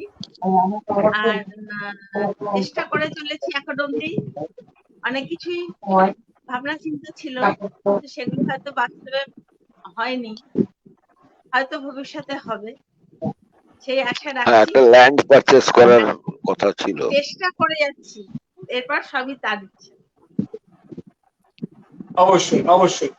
এবার আমি লাস্ট এক ওয়ান লাইনার যাব। সেটা হচ্ছে যে যদি আগামী দিনের কি আমাদের লক্ষ্য হওয়া উচিত বা কিভাবে কাজ করলে আরো ভালো হয়, যদি আপনাদের প্রত্যেককে আলাদা আলাদা করে জিজ্ঞেস করি, জাস্ট ছোট করে বলুন। ফার্স্টে সুবিধা। ধরুন বিগত 20 বছর আলোচনা করলাম, যুগ পাল্টেছে, মানুষ পাল্টাচ্ছে, টেকনোলজি পাল্টাচ্ছে, সব পাল্টে যাচ্ছে, মানুষের মানসিকতা পাল্টে যাচ্ছে। আগামী 20 বছর কি করা যেতে পারে? বর্তমান পথে বর্তমান যে রাস্তা আমরা পাচ্ছি, সেই রাস্তাতে আমাদের পুরনো ভাবধারাকে নিয়ে এগোতে হবে। অর্থাৎ আপনার কথা অনুযায়ী আমরা বেসিক ব্যাপারটা ঠিকই রাখবো, হয়তো টেকনোলজিক্যালি অন্য ব্যাপারগুলো হবে, কারণ মানুষকে মানুষের পাশে সবসময়তেই থাকবে। সে যত উন্নত টেকনোলজি হোক আর যত যন্ত্র মানবী আসুক, যাই আসুক, মানুষকে মানুষের লাগবে। যতক্ষণ মানুষকে মানুষের লাগবে ততক্ষণ মানবিক সংগঠনকে মানুষের লাগবে, এগুলোর প্রয়োজনীয়তা থাকবে। এবং যে সমাজ এগোচ্ছে আগামী দিনে, হয়তো এই সংগঠনগুলোর প্রয়োজনীয়তা আরো বেশি আমাদের কাছে হবে, কারণ আমরা একা হয়ে করছি বিভিন্ন ভাবে, সেখানে এইসব সংগঠনগুলোর প্রয়োজনীয়তা আরো বেশি লাগে। তো কাকু, আপনাকে যদি বলে আগামী 20 বছর কিভাবে ভাবা উচিত? শোনো, যে কোনো চিন্তাধারা, আচ্ছা একটা ইকো হচ্ছে, কিন্তু যে কোনো চিন্তাধারারই দুটো দিক আছে, একটা শর্ট টার্ম আছে, একটা লং টার্ম আছে। আমরা লং টার্মের দিকে, যেটা তুমি বলছো 20 বছর বাদে, 20 বছর বাদে আমার মানে ইচ্ছে বা আমার আশা, যে যেটা সুবিধা বললেন, হয়তো ব্রাদারও সেটার সঙ্গে একমত হবে, তুমি তো আছোই, যে আমাদের মূল যে লক্ষ্যটা, মানুষের মধ্যে যন্ত্রণার অভাব নেই, মানুষের মধ্যে কষ্টের অভাব নেই, কিন্তু তার ঊর্ধ্বেও মানুষের যেটা আছে সেটা মনুষ্যত্ব। এই সেই মনুষ্যত্বের জাগরণটা নিয়ে, যেটা নিয়ে আমাদের প্রথম ইচ্ছে হয়েছিল, যে দেখো কালচার, সংস্কৃতিটা হচ্ছে মানুষকে একটা বেড়া ভেঙে অন্য জায়গায় নিয়ে যাওয়ার একটা বিশেষ রাস্তা। রবীন্দ্রনাথ যদি পাশ্চাত্যকে, যেমন আমি একটা ছোট্ট উদাহরণ দিয়ে আমি শেষ করে দিচ্ছি, আহ, আহ, একটা রবীন্দ্রসঙ্গীত আছে, ওই সুখহীন নিষেদিন, সেটা গৌরমল্লারের উপরে, কিন্তু দেখো একটা তারানা এবং তার সঙ্গে একটা খেয়াল, এই দুটোকে মিক্স করে উনি নিজে নিয়ে এলেন এইখানে, মূল জায়গাটা ঠিক রাখলেন, কিন্তু তখনকার মতো করে তিনি তাকে কথায় রূপ দিয়েছিলেন। আমাদের মনে হয় যে ঠিক এই জিনিসটাই আমাদের মূল ধারাটা বজায় রেখে টেকনোলজিকে ইউজ করে এটাকে আরো বড়, অনেক অনেক বিশ্বব্যাপী অনেক বড় অনেক মানুষের কাছে আমাদের পৌঁছানো দরকার আছে। আমার এটা মনে হয়েছে বিশ্বব্যাপী মানুষের কাছে আমাদের পৌঁছানো দরকার আছে, আপনি এবং আমার মনে হয় আমরা পারবোই। অবশ্যই। তো আপনি কিছুক্ষণ আগে বলেছিলেন যে ওস্তাদের খেল শেষ রাতে, তো এত তারানা খেয়াল টেয়াল দিয়ে উদাহরণ দিতে, তাহলে সেটাই, এটা কি সেই ওস্তাদের খেলটা হলো নাকি শেষে? ওস্তাদরা সাধারণত খেয়াল তারানাই তো বলে। প্রবীর দা কি বলবো, সুবিরদা মিহিরদা তো দুজনেই যেটা বললেন সেটাই বলতে হবে একই রকম। আমাদের আবার নতুন প্রজন্ম তৈরি করতে হবে যারা পরবর্তী ক্ষেত্রে আরো টানতে পারে এটাকে, আমাদের বাহ অর্গানাইজেশনটাকে। বাহ বাহ, ভেরি গুড। হ্যাঁ, এক্স্যাক্টলি, এইটা আর সৃষ্টি করে সেই সঙ্গে ডুপ্লিকেটার তৈরি করতে হবে। আগামী 20 বছর যাতে আমরাও থাকতে পারি সেদিকেও নজর দিতে হবে আমাদের নিজেদের উপর। মানে হ্যাঁ, আমাদের ভালো থাকতে হবে, সবাইকে ভালো রাখতে হবে। থাকতে পারি। এক্স্যাক্টলি, 20 বছর আমরাও বাদে ভালো যাতে থাকবো। আমরা আবার ঠিক 20 বছর বাদে আবার যাতে আমরা আসতে পারি এইখানে একই হবে। একই হুম। হবে। আর সেটা আবার সেটাই আমি জানি চেষ্টা না। করবো। এবং নতুন প্রজন্ম যেন আমাদের স্বীকৃতি দেওয়ার জায়গাটা তৈরি রাখে, রাইট, তারা যেন বোঝে যে এই জায়গা থেকেই একদিন শুরু হয়েছিল। খুব ভালো, অর্থাৎ খুব ভালো, খুব ভালো। আমাদেরকে দুটো দিক বজায় রাখতে হবে, প্রাক্তন এবং বর্তমান এবং ভবিষ্যৎ, তিনটের মাঝখানে আমরা দাঁড়িয়ে কিন্তু বাহ, সেতু বন্ধনটা করছি। সেতু। আমরা কিন্তু সেই ভাইটাল রোলই প্লে করবো যতদিন টিকে আছি, এবং আরো 20 বছর থাকবো, কোনো চিন্তা নেই। খুব সুন্দর। আমরা উপসংহারে চলে এসেছি পার্থ, এবার এন্ড করে দাও। হ্যাঁ, আমরা বলেছিলাম দর্শকরা যে 1 ঘন্টা, দেখতে পাচ্ছেন আমরা প্রায় 1.5 ঘন্টার কাছাকাছি চলে এসেছি, এবার শেষ করতেই হবে। আমরা সময় থেকে অনেকটা এগিয়ে গেছি, তবে যেটা বলার সেটা হচ্ছে যেভাবে গত 20 বছর আমাদের সঙ্গে আপনারা থেকেছেন, আগামী দিনগুলো থাকুন। আর যে মানুষ এই অনুষ্ঠানটা করার আমাদের কারণ আর কিছুই নয়, যে অতীতকে আমাদের ভুললে চলবে না। আমরা যদি অতীতকে অস্বীকার করি তাহলে ভবিষ্যতে আমরা অবশ্যই গাড্ডায় পড়বো। বর্তমান সমাজে আমরা দেখতে পাচ্ছি আমরা সবসময় অতীতকে অস্বীকার করছি, মানে অতীতের সবকিছু ছিল মানেই যে খারাপ ছিল, পিছিয়ে পড়া ছিল, বা কার্যকরী নয়, এই একটা ধারণা আমাদের তৈরি হচ্ছে প্রতি মুহূর্তে। হয়তো সেটার প্রতিবাদ স্বরূপই আজকের এই অনুষ্ঠান, এবং জানি না কতটা সফল এই আইডিয়া আমার সফল হলো, কতটা আমি জানি না, কিছুটা অবশ্যই আমার মনে হচ্ছে যে আমরা সফল হলাম। যে সেই অতীতের মানুষগুলোই আজও কিন্তু বর্তমানে এসে কতটা সক্রিয়, কতটা স্বতঃস্ফূর্ত এবং কতটা আন্তরিক তা আপনারা দেখতে পেলেন। প্রাইসের লক্ষ্য এটাই, প্রাইস কিন্তু গান বাজনা শুধু করবে, শুধু সমাজসেবা তো শুধু দুটো জামা, দুটো কাপড়, দুটো টাকা দিয়ে হয় না। আসলে মানুষ যে ক্রমশ অস্বীকার করছে আর একজনকে, বিচ্ছিন্ন করছে আর একজনকে, কোভিড নামক একটি রোগ এসে আমাদেরকে বিচ্ছিন্ন করছে, হয়তো সেটারই প্রতিবাদ আমরা করতে চাইছি, এবং আগামী দিনে আমরা একসাথেই থাকতে চাইছি। তাই অতীতকে নিয়েই আমাদের থাকতে হবে, অতীতের মানুষদের ভুললে হবে না। এটা পারিবারিক ক্ষেত্রে যেমন সত্যি, সামাজিক ক্ষেত্রেও সত্যি। সুতরাং সেটাকে আমরা মনে রাখবো। Charity begins at home. শুধু সামাজিক কাজ করলে, একটা পরিবার দিয়েই সামাজিক কাজ শুরু করতে হয়, বন্ধনগুলো ঠিক রাখতে হয়, বন্ধনগুলো স্বীকার করতে হয় এবং তার মান্যতা দিতে হয়। যাই হোক, শেষটা অনেক ভারী ভারী কথা বলে ফেললাম, জানি না কতটা ঠিক বললাম কতটা ভুল বললাম। যাই হোক, আপনারা আশা করি আমাদেরকে ক্ষমা করে দেবেন যদি ভুল বলে কিছুটা আনন্দ তো দিতে পারলাম। ঠিক কথা। আপনারা সকলে ভালো থাকবেন। সুবিরদা, প্রবীর দা, মিহির কাকু, তরুণদী, সকলকে আমাদের অসংখ্য ভালোবাসা এবং আপনার পাশে থাকুন। শ্রদ্ধা, আপনারা সকলে আমার শ্রদ্ধার মানুষ, অনেক কিছু শিখছি, শিখবো, শিখেছি, এইভাবে আমরা এগিয়ে চলি। শ্রোতা দর্শকরা, আপনারা ভালো থাকবেন, সুস্থ থাকবেন, শারীরিক দূরত্ব থাক, সামাজিক দূরত্ব যেন না হয়, মানুষ যেন একা কেউ না অনুভব করে। মানসিক দূরত্ব যেন না। হ্যাঁ, প্রথম 4টে দিন যেভাবে থাকলেন, আগামী 4টে দিন আমাদের সঙ্গে থাকুন, প্রতিটা অনুষ্ঠান দেখুন। সকলে ভালো থাকুন। শুভরাত্রি, নমস্কার। শুভরাত্রি, নমস্কার। হ্যাঁ, নমস্কার। নমস্কার।